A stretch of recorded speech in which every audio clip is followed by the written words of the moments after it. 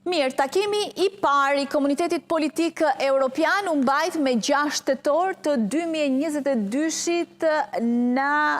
Prag, në Çeki. Ishte takimi i parë pas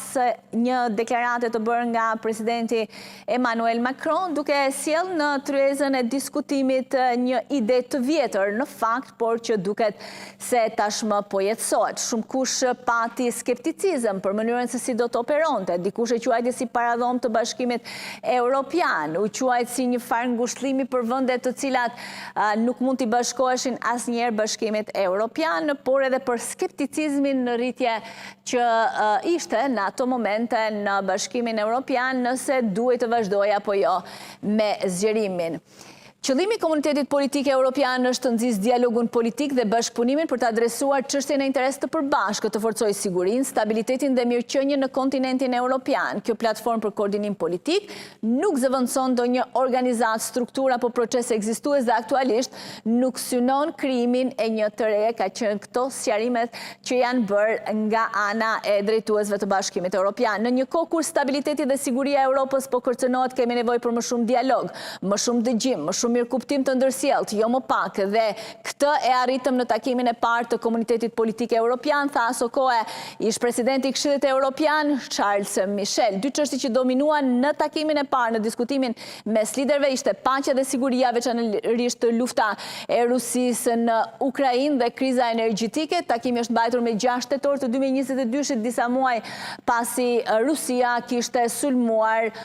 Ukrainën, një sulm që ndodhi në muajin e shkurt. Këta janë liderët që morën pjesë në takimin e parë. Mark Rutte e shohim atëherë, aso koha ishte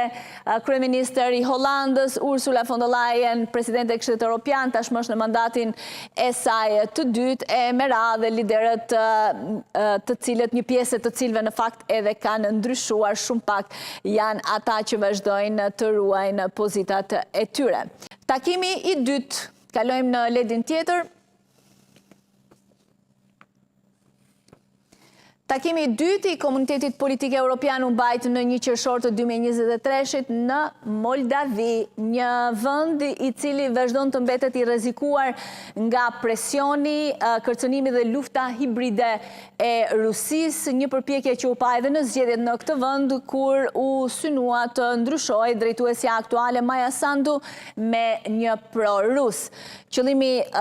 jemi 45 vende të përfaqësuara këtu në Kishinau, është një simbol i fuqisë, kemi një vullnet të përbashkët politik për të koordinuar dhe bashkëpunuar në fushën e energjisë, sigurisë dhe infrastrukturës, tha aso kohë Charles Michel, presidenti i Këshillit Evropian, në këtë takim të dytë të mbajtur në Moldavi, një takim që u mbajt në kushte të jashtëzakonshme sigurie e me avionët NATO-s dhe vendeve anëtare që patrulluan gjatë gjithë kohës që u mbajt samiti qiellin e Moldavisë nga Afrika e ndonjë provokimi apo kërcënimi nga ana e Rusisë. Jemi duke parë edhe liderët pjesëmarrës në këtë samit të mbajtur në Kishinau, një samit që u mbajt aso kohë edhe me disa tensione të shtuara për Nagorno-Karabakh mes Armenisë dhe Azerbajxhanit. Takimi i tretë i Komunitetit Politik Europian u mbajt me 5 tetor të 2023-shit në Granada të Spanjës. Liderët diskutuan mënyrat për ta bërë Europën më rezistente të begatë dhe gjeostrategjike, COVID-19, ndryshimet klimatike, siguria energjetike, kërcënimet kibernetike dhe hibride e mbi të gjitha, lufta e Rusisë kundër Ukrainës. Këto sfida janë shumë të mëdha që të përballohen nga një shtet i vetëm. Prandaj tani më shumë se kur duhet i përballojmë së bashku dhe të ndjekim një qasje strategjike, ka qenë mesazhi i përcjell nga presidenti i Këshillit Evropian aso kohë, Charles Michel.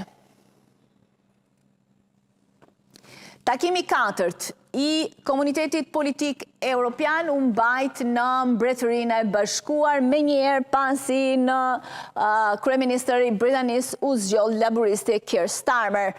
Liderët konfirmuan mbështetjen e tyre të vazhdueshme për Ukrainën dhe diskutuan tema si energjia dhe lidhjet infrastrukturore, siguria dhe demokracia si dhe emigracioni. Së bashku po punojmë për sigurinë e kontinentit ton, tha së kohë Charles Michel, presidenti i Këshillit Evropian, në mesazhin përmbledhës të këtij takimi të mbajtur në Mbretërinë e Bashkuar. Shohim edhe liderët pjesëmarrës në këtë takim të zhvilluar në Mbretërinë e Bashkuar. Takimi i radhës, takimi i 5, është mbajtur në Hungari me 7 nëntor të 2024, ku liderët diskutuan edhe në këtë takim sfidat e sigurisë në Europë, në kontekstin e luftës agresive të Rusisë kundër Ukrainës, si dhe për shkallëzimin e vazhdueshëm në lindjen e mesme, migracionin e parregull dhe çështjet që lidhen me sigurinë, ekonominë, energjinë, transportin, teknologjinë e informacionit dhe tregtinë globale. Marrëdhëniet BE, Shtetet e Bashkuara ishin gjithashtu pjesë e diskutimeve mes liderëve në dritën e fundit, në dritën e zgjedhjeve të fundit në Shtetet e Bashkuara të Amerikës, ku vetëm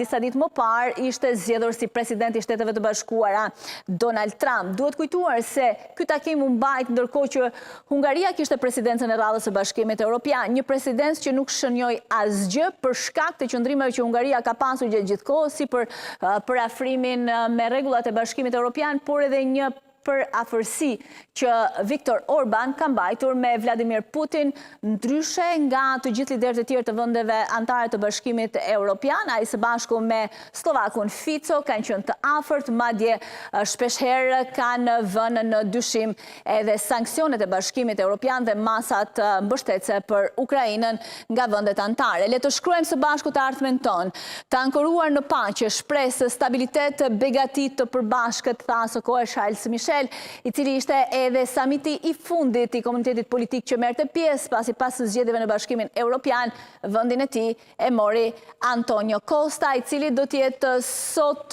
në samitin e 6 që zhvillohet në kryeqytetin e Shqipërisë në Tiranë.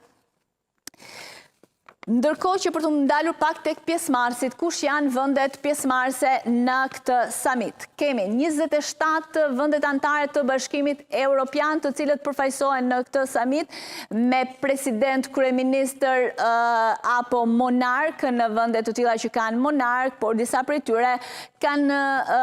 përfaqësues edhe ministrat e jashtëm. Shtetet anëtare të Bashkimit Evropian: Belgjika, Bullgaria, Danimarka, Gjermania, Estonia, Finlanda, Franca, Greqia, Irlanda, Italia, Kroacia, Letonia, Lituania, Luksemburgu, Malta, Holanda, Austria, Polonia, Portugalia, Rumania, Suedia, Slovakia, Spanja, Republika Çeke, Hungaria dhe Çipra. Shtetet jo anëtare të Bashkimit Evropian që marrin pjesë: Shqipëria, Armenia, Azerbajxhani, Bosnia-Hercegovina, Gjeorgjia, Islanda, Kosova, Liechtensteini, Moldavia, Malizi, Maqedonia e Veriut, Norvegjia, Serbia, Zvicra, Turqia, Ukraina, Mbretëria e Bashkuar. Po kështu të pranishëm janë presidentja e Komisionit Evropian, presidenti i Këshillit Evropian,